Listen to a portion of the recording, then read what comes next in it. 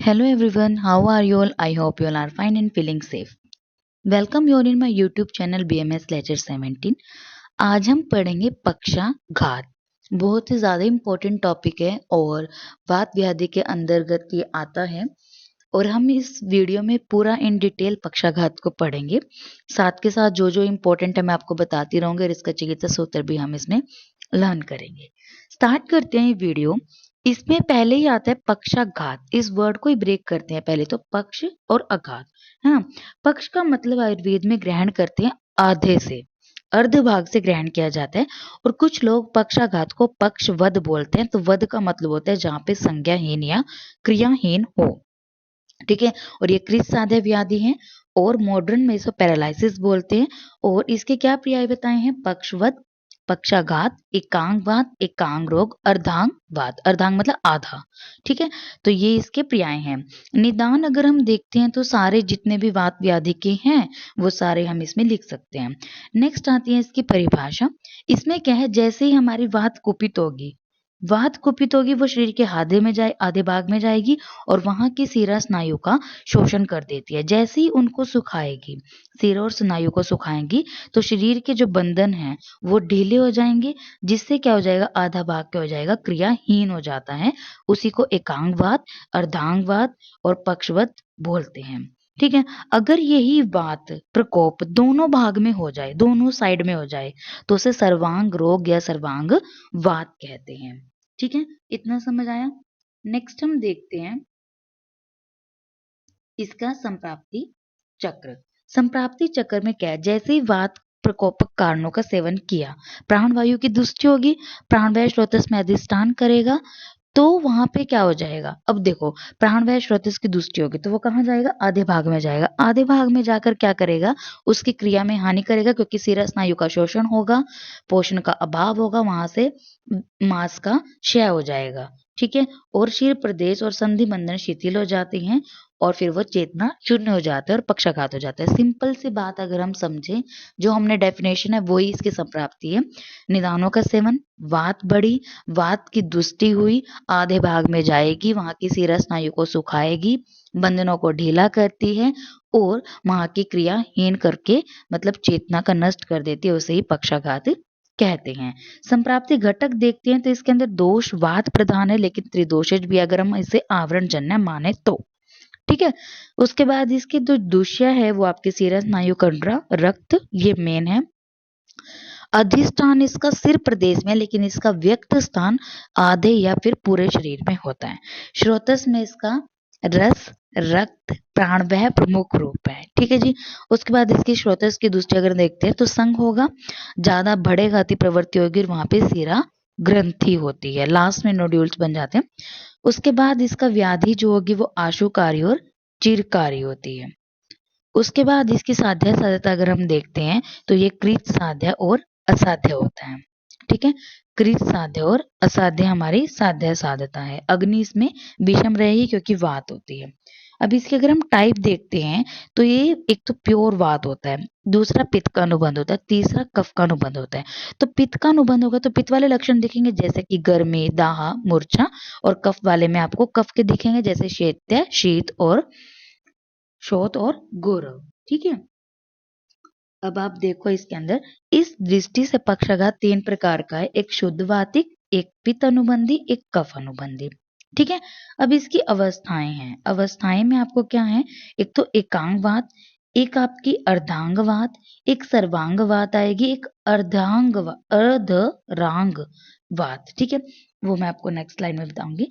तो ये यहाँ पे दो दे रखे हैं। एकांगवात एक अंग में है, किसी भी एक अंग में है तो वो क्या होता है, मोनोप्लेजिया।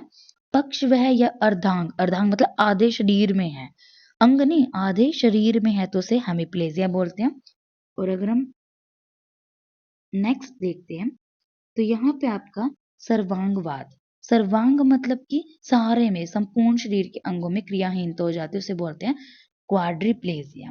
और अधरांग, मैं बोल रही थी ना, ये अधरा, अधरा है यहाँ पे, अर्धांग नहीं है, अधरांगवाद है, अधरांग, ठीक है।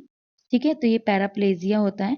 इसके अंदर क्या होता है, नीचे का शरीर, कमर के नीचे या ऊपर का भाग निष्क्रिय हो जाता है इसमें, ठीक है जी।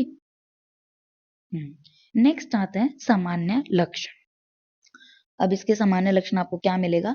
हत्वेक मारुत, इन्होंने सिंपल सी बात बोली है कि पर पक्षाघात में होता क्या है? एक तो चेष्टा का नाश होता है, सिरा स्नायु संकोच होता है, उसमें बहुत ज्यादा पीड़ा होती है, बोलने में उसको दिक्कत आती है, हाथ पैर संकोच हो जाते हैं, सिरा स्नायु शोष हो जाती है और बहुत इसमें तोदवत इसमें प्रिकिंग सेंसेशन होती है अफेक्टेड पार्ट में। ठीक है, तो ये इसके क्या है? साध्य साधता।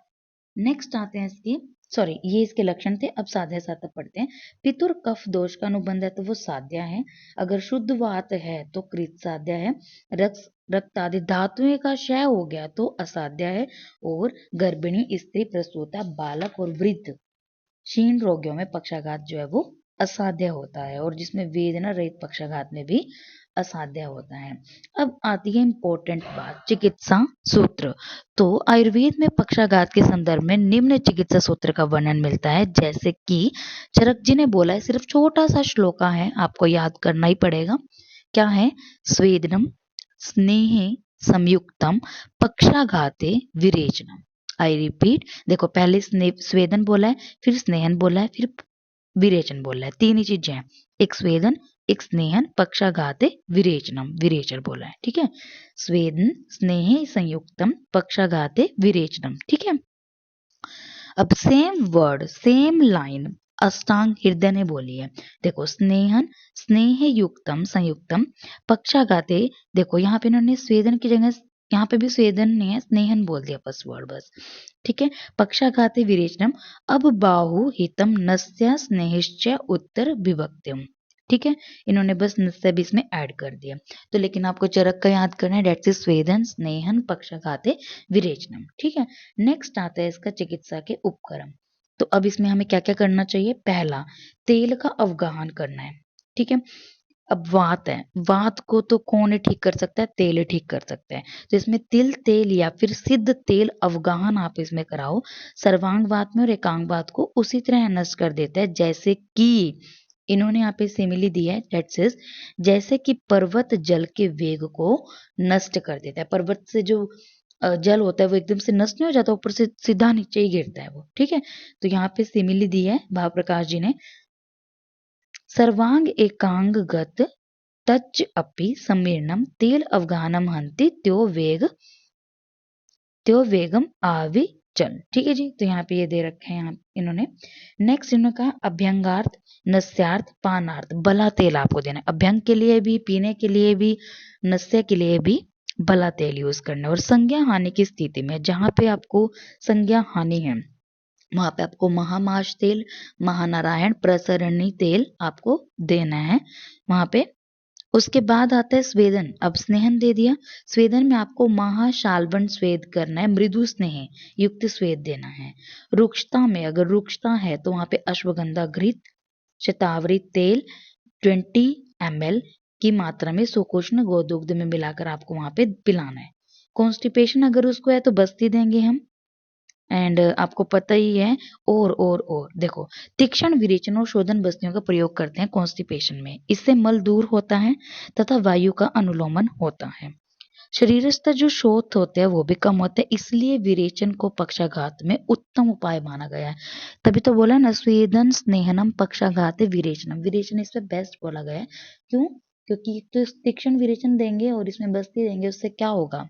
मल कम होगा, वायु का अनुलोमन होगा, शोथ कम होगा, इस कारण विरेचन इसमें उत्तम होता है। रसोद का प्रयोग करना है, और क्वाथ एवं नस्य के लिए आपको माश बलादी पाचन क्वाथ देना है, और नाक बंद हो तो मुख से पिलाएं, ऐसे इन्होंने बोल रखा है। ठीक है, और इतना कुछ तो है नहीं है। और अगर आपको मैं बताऊं इसमें चिकित्सा व्यवस्था, देखो मूर्छा अगर है तो ब्राह्मी वटी चिंतामणि चतुर्मुख रस दे रखे और योगेंद्र रस है। ठीक है,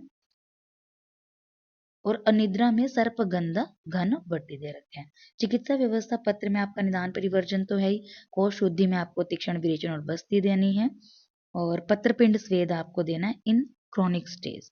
महायोग योगराज गुगलू रस राज रस श्रृंग भजरस मल सिंदूर माश बलादिक्वात दशमूलारिष्ट अश्वगंधारिष्ट, ये सब तो आपको देना ही है। उचित व्यायाम भी कराना, और अभ्यंग के लिए महामाश और महानारायण तेल बेस्ट है। ठीक है, इतना ही है। अगर आपको कोई भी डाउट हो तो आप मुझे कमेंट कर देना, और जिसने मेरी वीडियो को लाइक नहीं किया है तो प्लीज़ लाइक कर दो। जिसने मेरे चैनल को सब्सक्राइब नहीं किया तो please subscribe my channel and share ज़रूर करना और बेल आइकन को प्रेस ज़रूर करना, जिससे मेरी आने वाली वीडियो की नोटिफिकेशन आपके पास सबसे पहले आ जाए। And thank you so much for watching my video.